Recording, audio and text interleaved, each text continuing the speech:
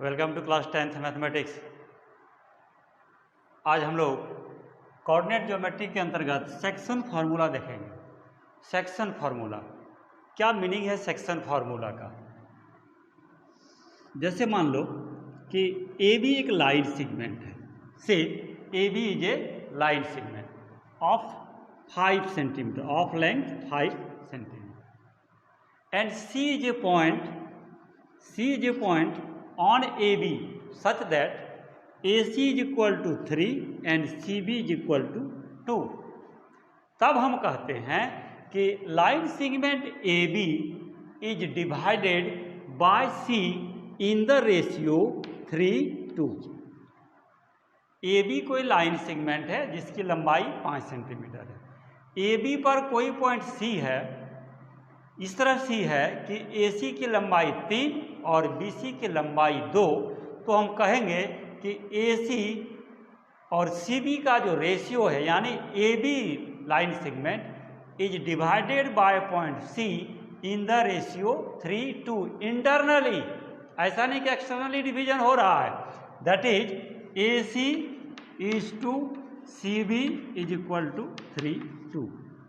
ठीक है। AB जो है किस रेशियो में डिवाइड हो रहा है? 3:2, यानी AC by CB is equal to 3/2। आज हम लोग सीखेंगे कोऑर्डिनेट ज्योमेट्री में कोई पॉइंट्स दिया हुआ है, लाइन दिया हुआ है, जिसको किसी पॉइंट के द्वारा डिवाइड किया जा रहा है। तो बताना है कि उस पॉइंट को एड्रेस क्या है, लोकेशन क्या है। जैसे मान लो कि ये कोऑर्डिनेट एक्सिस हो गया हम लोगों का, ये हो गया एक्स एक्सिस, पिछले क्लास में हम लोगों ने देखा था। ये हो गया वाई एक्सिस, ये हो गया ऑरिजिन। मान लेते हैं कि ये कोई लाइन सेगमेंट है joining 2 points. A coordinate is x1 y1 and B x2 y2। Let A and B are 2 points whose coordinates are x1 y1 and x2 y2, and let C is another point. C is a point on AB. C is another point on AB, dividing AB in the ratio mn, यानी AC by CB is equal to m by n दिया हुआ। ठीक है। तो C का coordinate निकालना है। We have to find the coordinate of C। इसको कई तरीके से हम लोग निकाल सकते हैं।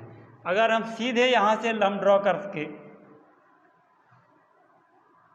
इंटरसेप्ट फार्मूला का अगर यूज करें, जिसको ज्योमेट्री में हम लोगों ने पढ़ा था 9th क्लास में, तो उसको निकाल सकते हैं। या फिर जनरल फार्मूला निकाल देते हैं। फार्मूला याद मत करना, फार्मूला को अपने से निकालो, देखो कि अपने आप याद होगा, कॉन्सेप्ट क्लियर होगा, तो बिल्कुल आसान लगेगा। इसमें हम लोग क्या करते हैं, draw AP CQ and BR perpendicular on x axis. A से, C से और B से, तीनों से परपेंडिकुलर ड्रॉ कर दिया। कहाँ? एक्स एक्सिस पर। ठीक। उसके बाद फिर यहां से और यहां से ये लंब ड्रॉ कर दिया। नाम दे दो इसका M और ये N। क्या लिखेंगे हम लोग? Let A x1 y1 and B x2 y2 are 2 points. C coordinate मान लेते हैं xy is a point on AB dividing AB in the ratio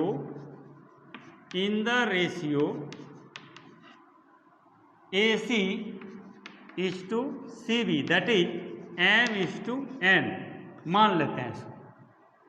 Then we have to find the coordinate of C, x और y का value निकाल लेते हैं। इसके बाद हम लोगों ने क्या किया, ड्रॉ AP, CP, CQ और BR perpendiculars on x axis पर परपेंडिकुलर ड्रॉ कर दिया, परपेंडिकुलर्स। और दूसरा क्या किया, AM परपेंडिकुलर ऑन CQ और CN परपेंडिकुलर ऑन BR। सब जगह से क्या किया, परपेंडिकुलर ड्रॉ कर दिया। ठीक है, अब देखिए इसमें से इस पॉइंट का coordinate x1 y1, therefore OP is x1, OQ इसका कोऑर्डिनेट कितना है, कैपिटल XY, तो यहां से यहां तक हो गया हम लोगों का कैपिटल X, तो PQ का मान कितना हो गया, OQ minus OP, that is x minus x1, इसका वैल्यू। QR का value, QR is equal to क्या करते हैं हम लोग, OR यहां से यहां तक माइनस OQ,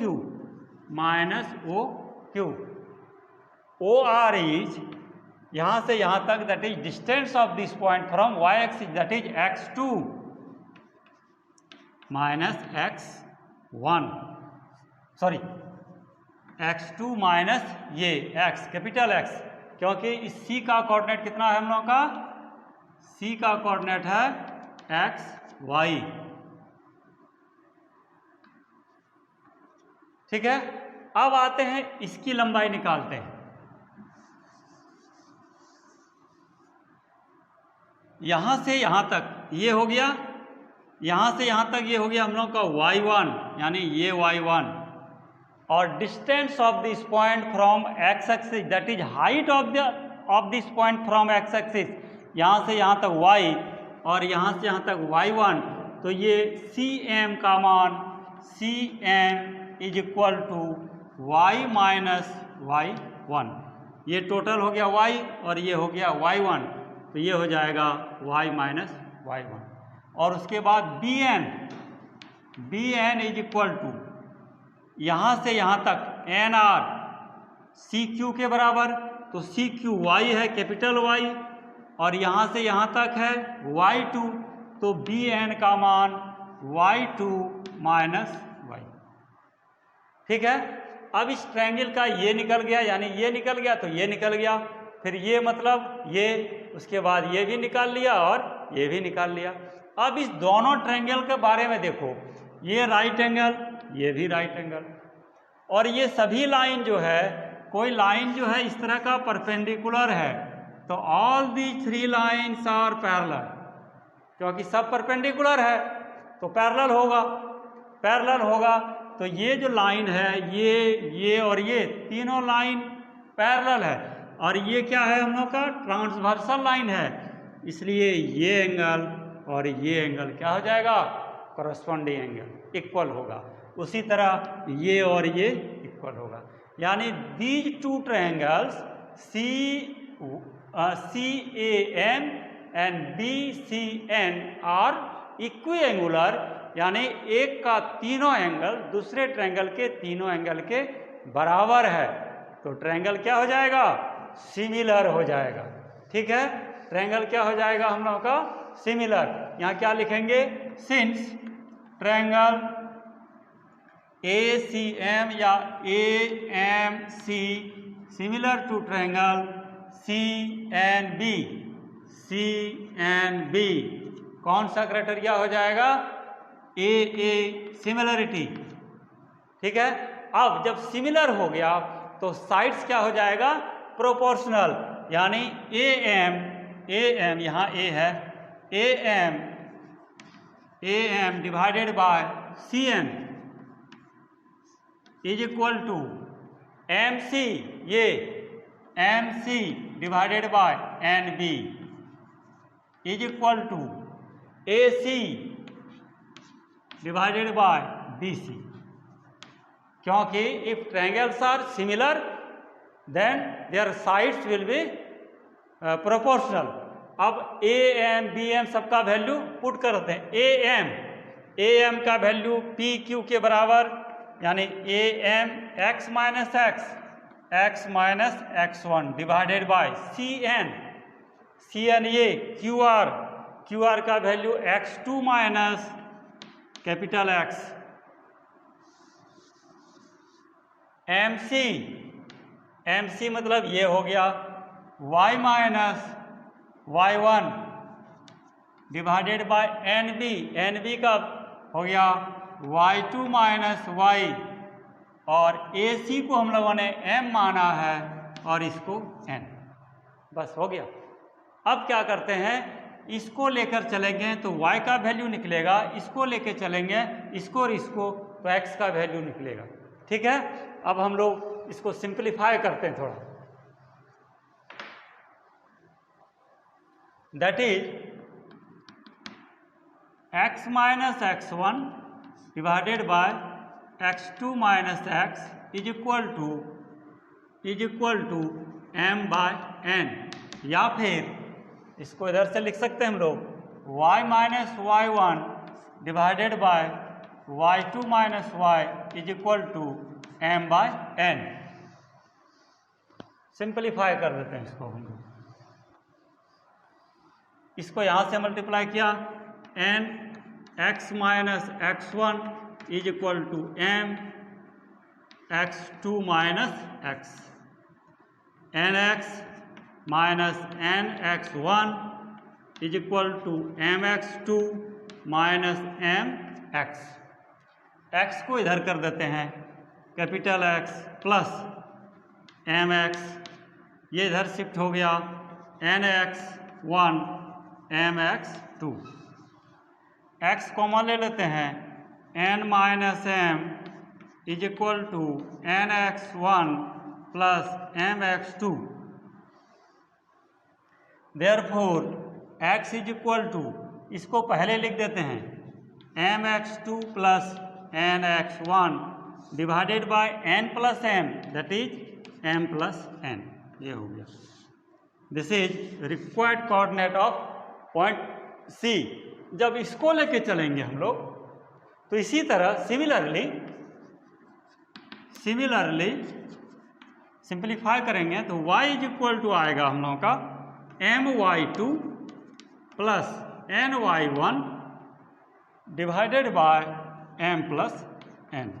ये हो गया हम लोगों का y कोऑर्डिनेट। ठीक है, अब आप कहोगे कि इतना बड़ा फॉर्मूला याद कैसे रखेंगे। याद देखो, फॉर्मूला बड़ा नहीं है, इसको हम इस तरह याद कराते हैं। अभी जैसे मान लो ये लाइन सेगमेंट है, इसका कोऑर्डिनेट हम लोगों का है, मान लो कुछ भी कोऑर्डिनेट है, और ये b x2 y2, और मान लो ये c है, ये c, इसका कोऑर्डिनेट xy निकालना है, और ये मान लो mn रेशियो में डिवाइड हो रहा है। तो x इज इक्वल टू किस तरह याद रखेंगे हम लोग, देखो ये m इसके साथ m into x2 plus n into x1 divided by m plus n, फिर से m into x2 plus n into x1, इधर से x के लिए सब जगह x होगा। दूसरा y आ गया, y के लिए m into y2 plus n into y1 divided by m plus n। ये हो गया। फिर से सुनो, x is equal to m into x2 plus n into x1, y के लिए m into y2 plus n into y1। ठीक है, अब यदि ऐसा हो जाए कि m और n इक्वल हो जाए, if m is equal to n, तब क्या हो जाएगा, अगर AC बराबर BC हो जाए तो C क्या हो जाएगा, AB का मिड पॉइंट हो जाएगा। ठीक है, if m is equal to n then C will be mid point of AB। ठीक है, उस केस में क्या होगा, then C is midpoint of AB, that is mn, m is equal to n। अब इसमें से m के जगह पर n या n के जगह पर n पुट कर देते हैं, तो क्या मिल जाएगा हम लोगों को, is equal to m x2 plus m के स्थान पर m पुट करते हैं क्योंकि ये दोनों इक्वल है, mx1 divided by m plus m, n के जगह पर भी m कॉमन लिया, x2 plus x1 divided by m plus m, 2m, ये m कैंसिल हो गया, कितना बचा, x2 plus x1 that is x1 plus x2 divided by 2। This is required formula for mid point. अगर हम y का लेते हैं, इफ y कोऑर्डिनेट, y के लिए हम लोगों ने क्या निकाला था, m into y2 plus n into y1 divided by m plus n। और जब m is equal to n है यानी c मिड पॉइंट है, तब m और n क्या हो जाएगा, इक्वल हो जाएगा, m y1 divided by m plus n के जगह पर m, यानी यहाँ m कॉमन लिया, y2 plus y1 divided bye 2m, ये दोनों कैंसिल हो गया, y2 plus y1 that is y1 plus y2 by 2। तो ये हो गया रिक्वायर्ड मिड पॉइंट। यानी मिड पॉइंट निकालने के लिए क्या करेंगे, mid point simply x1 plus x2 by 2, और y के लिए y1 ये y के साथ प्लस y2 बाय 2, यानी x कोऑर्डिनेट को जोड़कर 2 से डिवाइड और y के लिए y को जोड़कर 2 से डिवाइड, यानी एवरेज ऑफ x कोऑर्डिनेट और एवरेज ऑफ y कोऑर्डिनेट। ठीक है, तो आज के लिए बस इतना ही, बहुत बहुत धन्यवाद।